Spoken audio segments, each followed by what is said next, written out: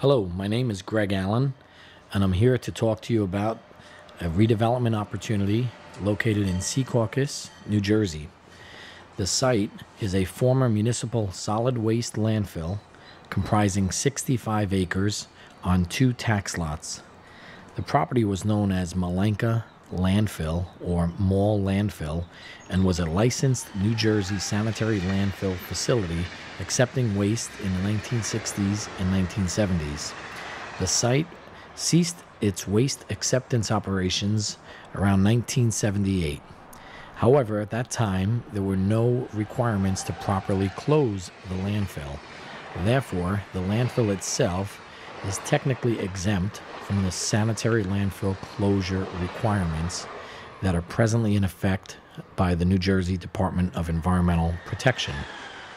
However, in the context of proposing a development or a redevelopment of the site, the landfill would need to be closed and capped in accordance with today's environmental regulations.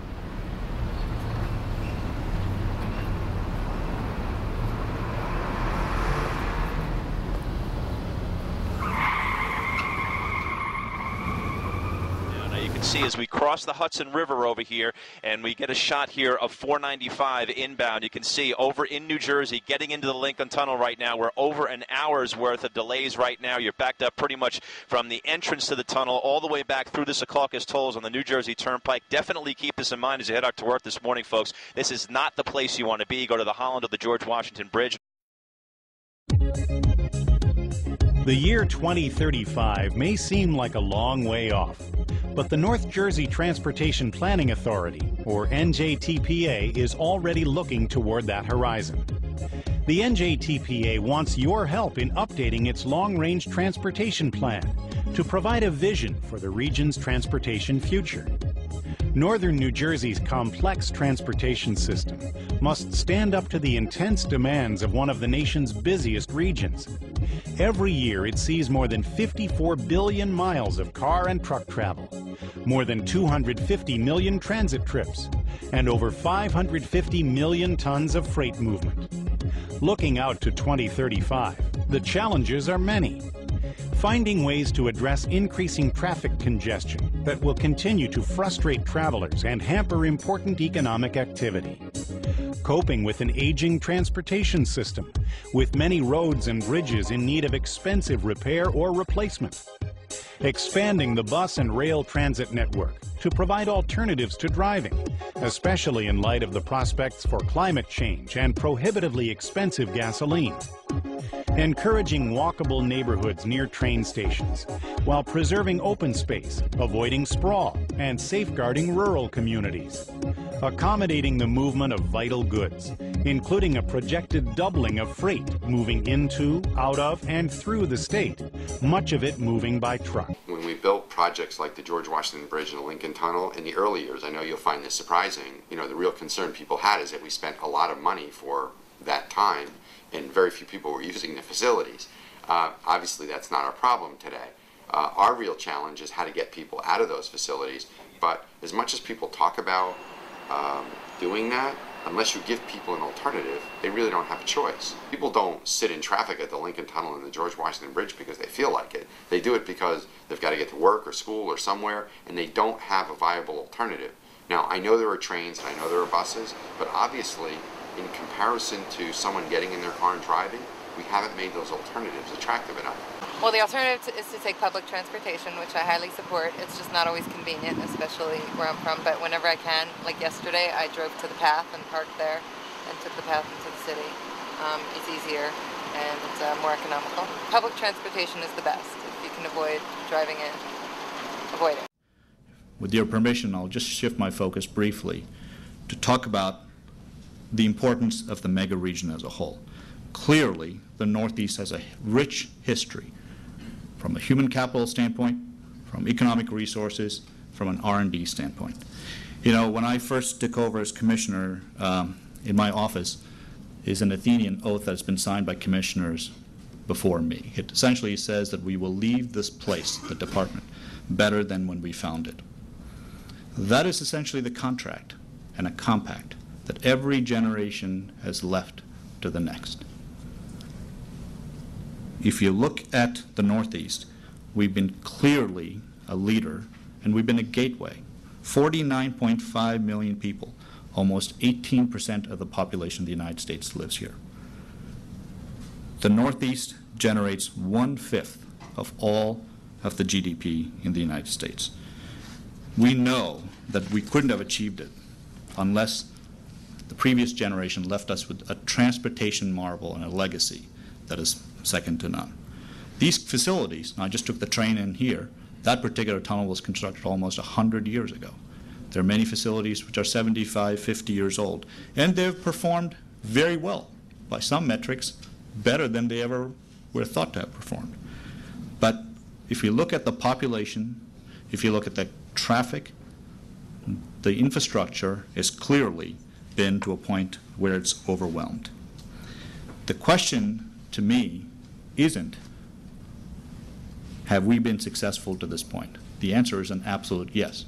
But the question that is more appropriate is, can we sustain the successes well into the future? This isn't a problem where anybody else in this country is going to wake up and say, we got to help the Northeast. This is entirely up to us. It is good that we're having conferences like this, but our goal should be to build coalitions so every single state house hears this message loud and clearly through the entire Northeast and in Washington, D.C.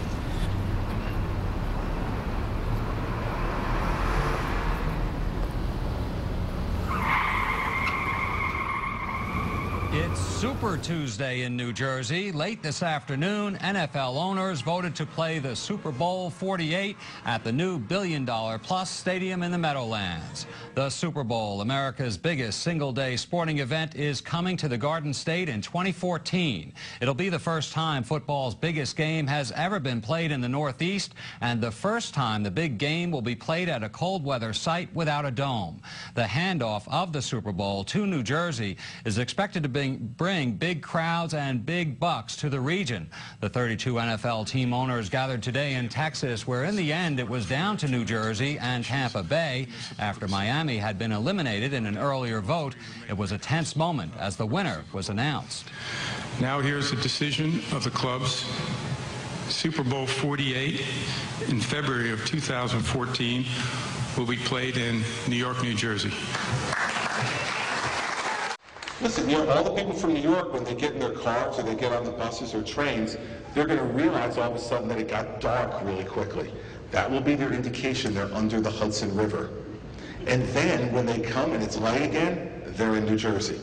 There are going to be, if you look at the bid, which is now the blueprint for the host committee, there is significant activity going on in New Jersey. The party the night before the Super Bowl will be in Liberty State Park. The NFL Experience and the NFL tailgate parties will be at the Izod Center and at the Meadowlands track. So there'll be significant activities here in New Jersey, not to mention that all of the local hotels are going to be in use, which I think will lead to, you know, a lot of other business in the restaurants and bars and other attractions that are here in the northern part of the state. And New York will get a piece of it too, because there'll be lots of people staying in hotels in New York City as well. There'll be activities in New York City. But remember this, when it gets to be 6:30 on Sunday, they're going to be in New Jersey. When the TV broadcast comes on, they're going to say, live from East Rutherford, New Jersey. And then, whether it's Mayor Bloomberg or whoever the heck the mayor of New York is at that time, if they want to come to the game, they can call and ask me for tickets. Be happy to have it.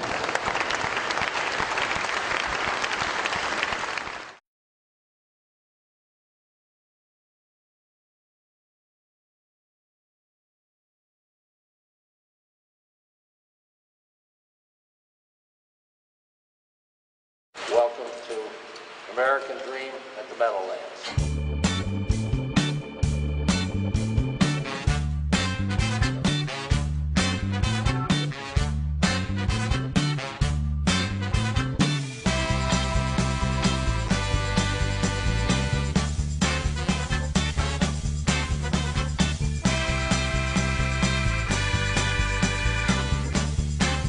We have some issues with the way this building looks.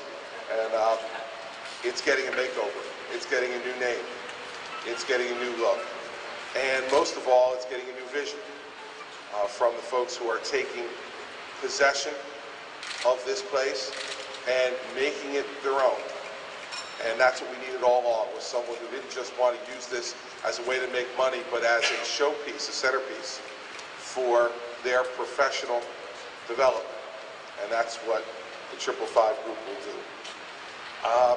There's also going to be a firm timeline for completion, which I think is a relief for all of us. And I am sure that when the fans from around America and the world come streaming to New Jersey for the Super Bowl in February of 2014, they will be spending a lot of time in this building, swimming in Hawaii apparently. So the NFL didn't know that later when they gave us the Super Bowl. They get New Jersey, New York, and Hawaii at the same time, but we're going to get it. And it's going to be a wonderful, wonderful part of the Super Bowl experience for the people who come here. And I suspect that by adding this piece to this complex, that this will not be the only Super Bowl that will be played here in New Jersey after the experience that the fans will have when they come here in January 2014.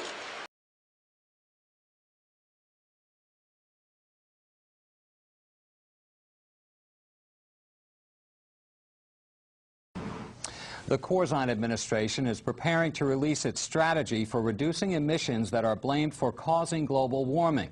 As environment correspondent Ed Rogers reports, many of the changes could come behind the wheel. Under the Global Warming Response Act signed by Governor Corzine in 2007, New Jersey is required to develop strategies for reducing carbon dioxide and other greenhouse gases to 1990 levels by 2020 and 80% by 2050. Sources say the plan, which could be released this week, includes building more energy-efficient homes or buildings powered through renewable sources. Environmentalists have called for that. Because we use more energy to power our buildings, our homes, and our businesses than we use energy to do anything else in the state. So really, only one major way to cut down our energy use of the state is to make the buildings that we live and work in much more efficient. Transportation is also a big focus. Cars, trucks, buses, planes, and trains are the largest greenhouse gas sources in the state. The plan would include incentives for using electric or zero-emission vehicles and the construction of so-called clean corridors along the turnpike where those vehicles could power up. Where we need to go with cars is by 2050, we need to reduce all pollution from cars. And that's a big change, but it's the change that we need to make in order to really tackle global warming. Other steps call for tough CO2 emission standards for new power plants and preventing the loss of forests that absorb carbon dioxide. As part of other agreements, the state has already taken steps to reduce emissions from existing power plants and is developing alternative energy sources. The cost of implementing a program like this one will likely reach into the millions. The Corzine administration will probably turn to the incoming Obama administration to help pay for some of these initiatives. Ed Rogers, NJN News, Trenton. There is no doubt that renewable energy is our future here in New Jersey, and there is really no better time for us to begin the discussion of not only how it will lead us to energy independence, but also how it will help create more good-paying, middle-class jobs for New Jerseyans. It's a change that President Obama stands firmly behind. I couldn't agree more. Most of the panels for solar energy and the turbines for wind energy are being manufactured in countries like Germany and Japan, Denmark, and Spain. Not only are they way ahead of the United States in creating renewable energy, they're way ahead of us in creating the jobs that will go along with renewable energy. We've seen other states make real strides by not just talking about making renewable energy a key part of their state's energy plan and job growth plan, but by actually doing something. In 2007, new tower, blade, turbine, and assembly plants were announced for Arkansas, Colorado, Iowa, North Carolina, New York, and Oklahoma, which is expected to create 6,000 jobs. Here in New Jersey, unfortunately, we've had leadership that likes to talk a lot about renewable energy, but hasn't done much of anything. That's why we are 43rd in the nation in the production of renewable energy. That is simply not good enough, it's not meeting the President's goals, and it's not meeting the needs of New Jersey citizens. That is why I am going to make renewable energy a key part of the Christie administration. As governor, I am going to make the manufacture of wind and solar energy a key industry here in New Jersey.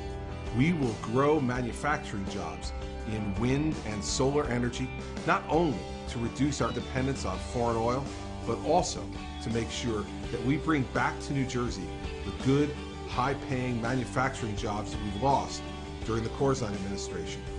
As governor, I will be New Jersey's #1 clean energy advocate. I will personally go out and talk to each and every CEO of one of these renewable energy manufacturing companies to tell them why New Jersey is the place where they should come to do their business.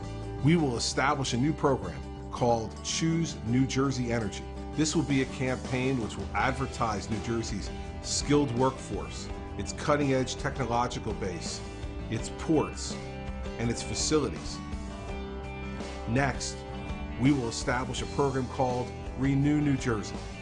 This will be a place where renewable energy will be encouraged to be manufactured and finally used. We will provide either a 100% tax credit or a 100% credit for insurance premiums to any manufacturer of wind turbines or solar panels who wants to locate here in New Jersey.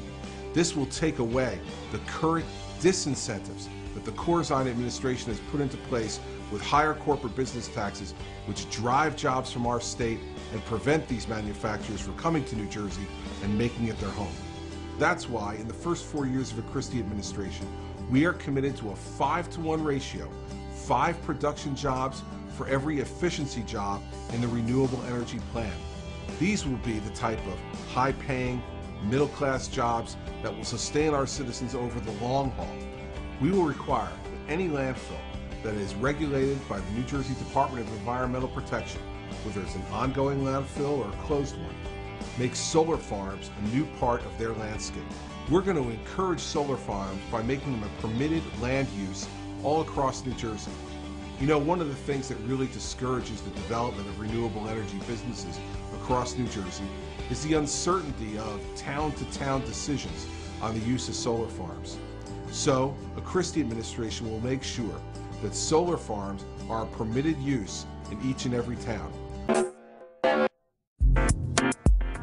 All right, we all know that the sun's energy creates heat and light, but it can also be converted to make electricity, and lots of it.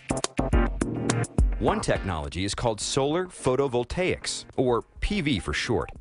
You've probably seen PV panels around for years, but recent advancements have greatly improved their efficiency and electrical output.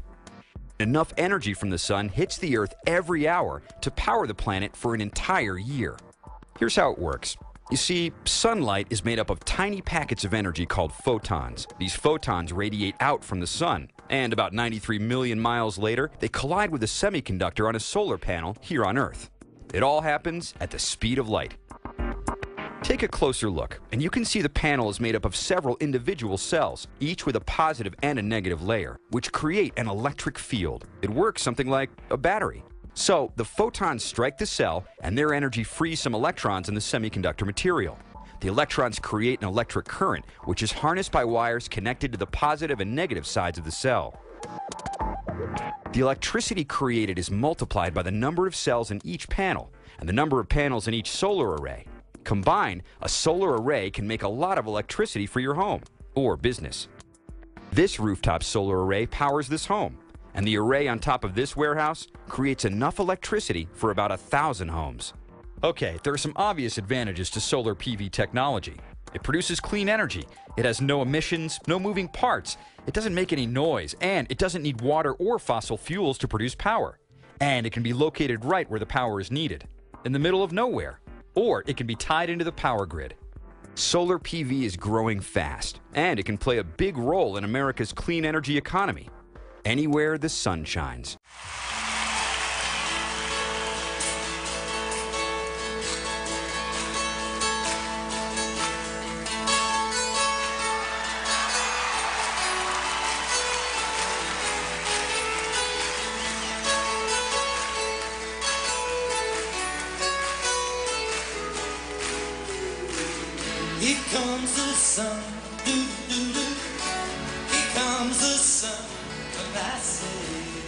it's alright.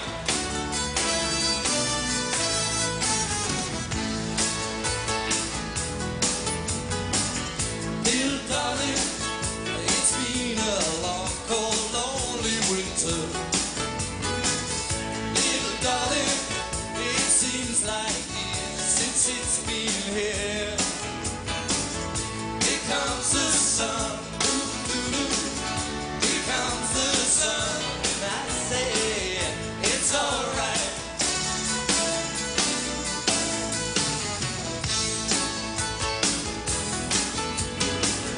Little darling, the smiles returning to the faces. Little darling, it seems like years since it's been here. Here comes the sun, here comes the sun, and I say it's alright.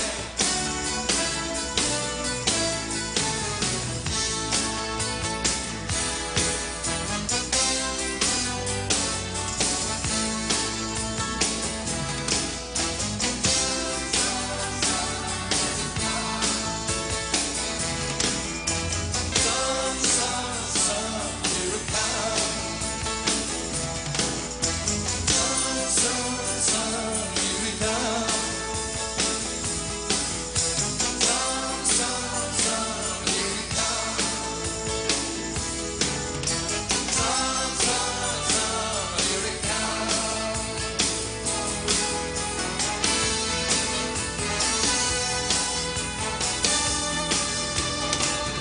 Little darling, I feel the ice is